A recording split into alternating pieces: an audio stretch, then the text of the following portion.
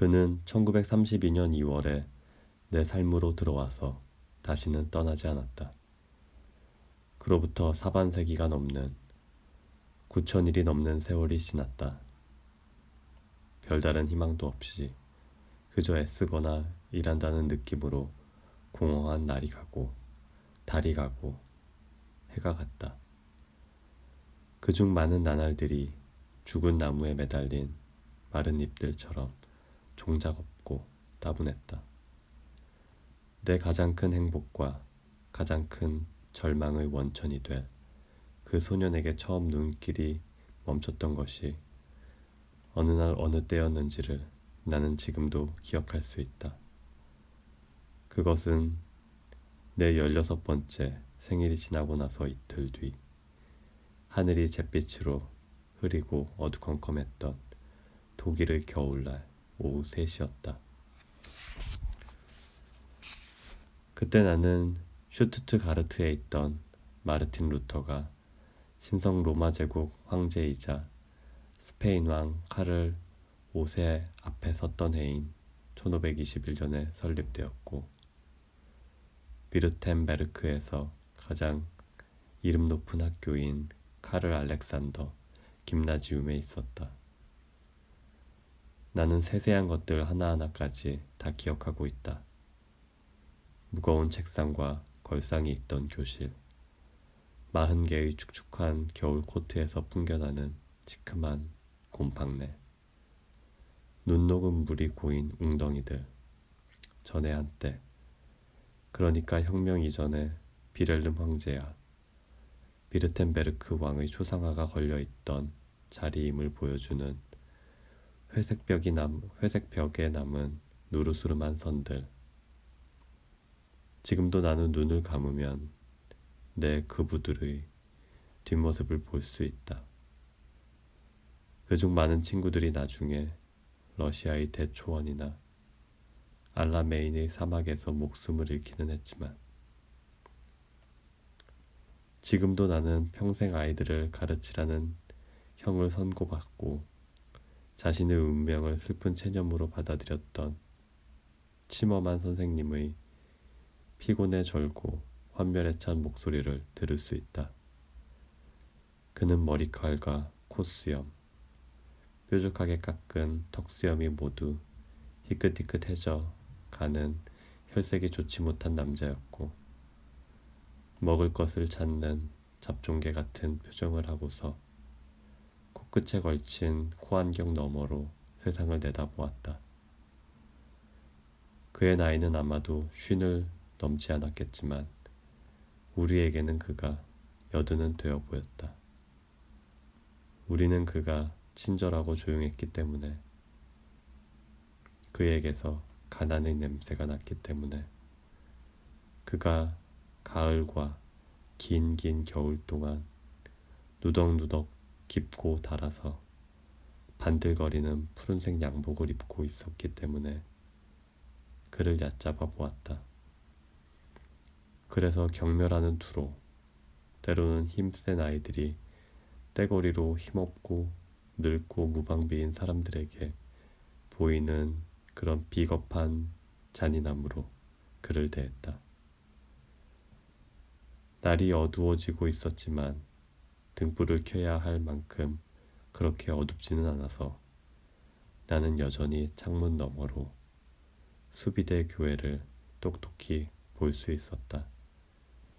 그 교회는 19세기 후반에 지어진 볼골 사나운 건물이었지만 이제는 낯빛 하늘을 꿰뚫은 두 탑이 하얀 눈으로 덮여 아름다워 보였다. 내 고향 도시를 둘러싼 하얀 언덕들도 아름다웠고 그 너머로는 세상이 끝나 신비한 불가사의가 시작되는 것 같았다.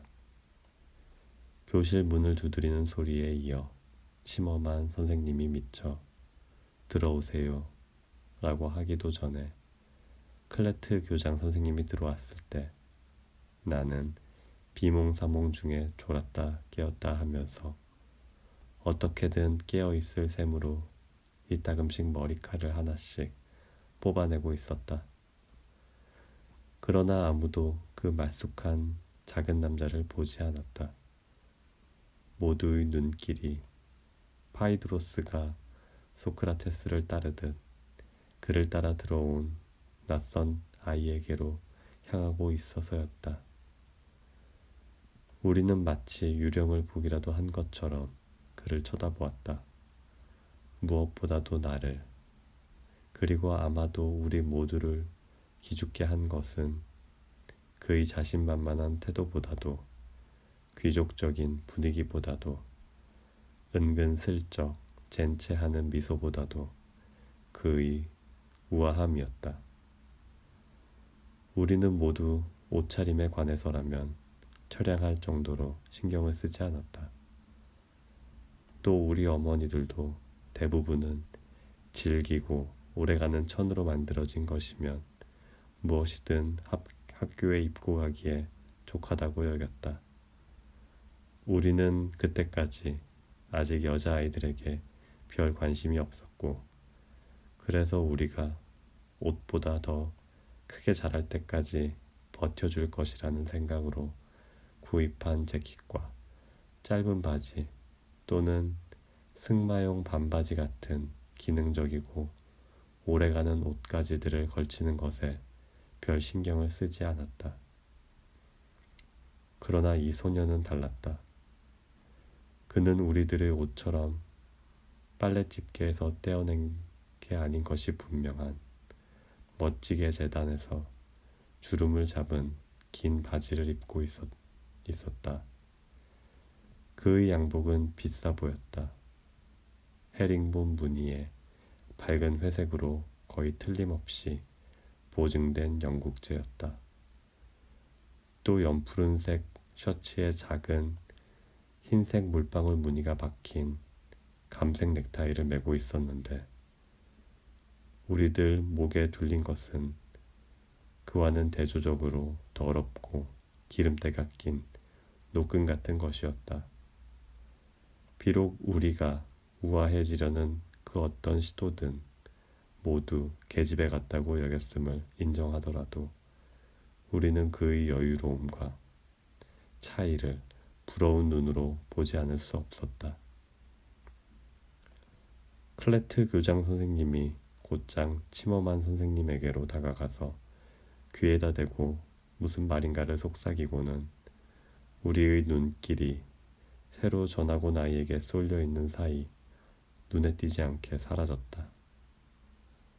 그 아이는 긴장하거나 수줍어하는 기색이라고는 없이 미동도 않고 태연하게 서 있었다. 어째서인지 그는 우리보다 나이도 많아 보이고 더 성숙해 보이기도 해서 그저 새로 전학 온 또 다른 아이라고는 믿기가 어려웠다. 만일 그 아이가 들어왔을 때처럼 그렇게 저절로 불가사의하게 사라졌다 해도 우리를 놀라게 하지는 못했을 것이다. 치머만 선생님이 코안경을 콧등 위로 끌어올리고 피곤한 눈으로 교실을 훑어보다가 바로 내 앞에 있는 빈 자리를 보고 강단에서 내려와 새로 온 아이와 함께 정해진 자리로 건너갔다. 그런 다음 저를 할까 말까 망설여지지만 차마 그러지는 못하는 것처럼 고개를 살짝 숙이고는 새로 온 아이를 주시하면서 뒷걸음질로 천천히 돌아갔다. 다시 강단에 올라선 선생님이 그 아이에게 말을 건넸다. 자, 이제 자네 성과 세례명 그리고 태어난 날짜와 장소를 알려주지 않겠나. 그 아이가 일어섰다. 그라프 폰 호헨펠스, 콘라딘이라고 합니다. 그가 자기소개를 했다. 1916년 1월 19일 비르텐베르크의 호헨펠스 성에서 태어났고요. 그러고는 자기 자리에 앉았다. 나는 내 또래임에 틀림없는 그 이상한 소년을 마치 그가 다른 세상에서 오기라도 한 것처럼 뚫어져라 쳐다보았다. 그가 백작이라서가 아니었다. 우리 반에도 이름 중간에 폰이 들어가는 귀족 집안 출신들이 꽤 있었지만 그 아이들은 나머지 우리들, 그러니까 상인, 은행원, 목사, 재단사 또는 철도 공무원의 아들들과 별다를 것이 없어 보였다. 프라이헤어 폰 가리라는 가난하고 조그만 녀석은 자식들에게 먹일 마가린이나 근근히 살 수 있는 퇴역 육군 장교의 아들이었고, 바론 폰 발데스루스트의 아버지는 네카어 강변의 민펜시 근처에 성을 하나 가지고 있었는데 그의 조상은 에버하르트 루트비히 공작에게 뭔지 모를 공헌을 한 대가로 자귀를 받았다고 했다.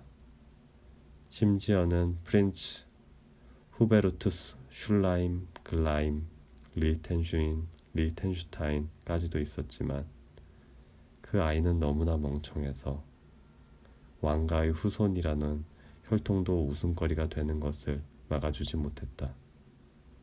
그러나 이번에는 얘기가 달랐다. 호헨펠스는 우리 역사의 일부였으니까.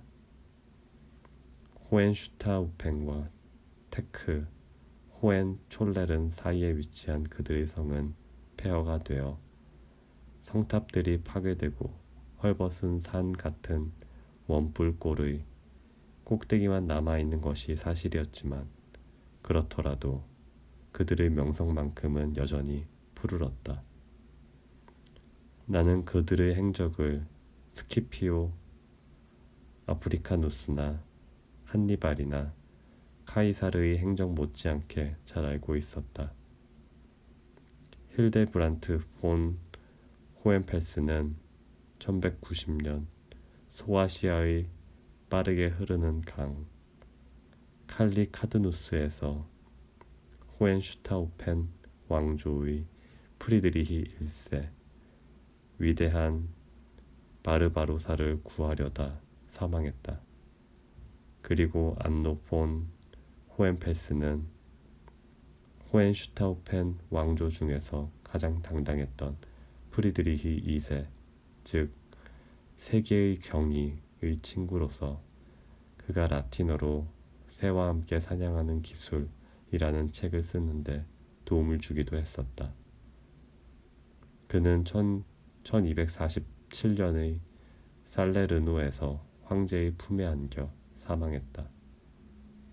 그의 유해는 여전히 카타리나에 있는 네 마리의 사자가 떠받친 반안 석관에 안치되어 있다.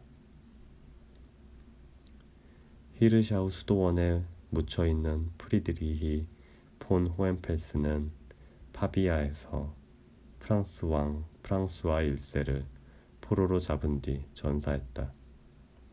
발데마르 폰 호헨펠스는 라이프치히 전투에서 사망했다. 프리츠와 울리히 형제는 1871년 샹피니 전투에서 처음에는 동생이 전사하고 형은 동생을 안전한 곳으로 옮기려다 목숨을 잃었다. 그리고 또 다른 프리드리히 폰 호헨펠스는 베르댕 전투에서 사망했다.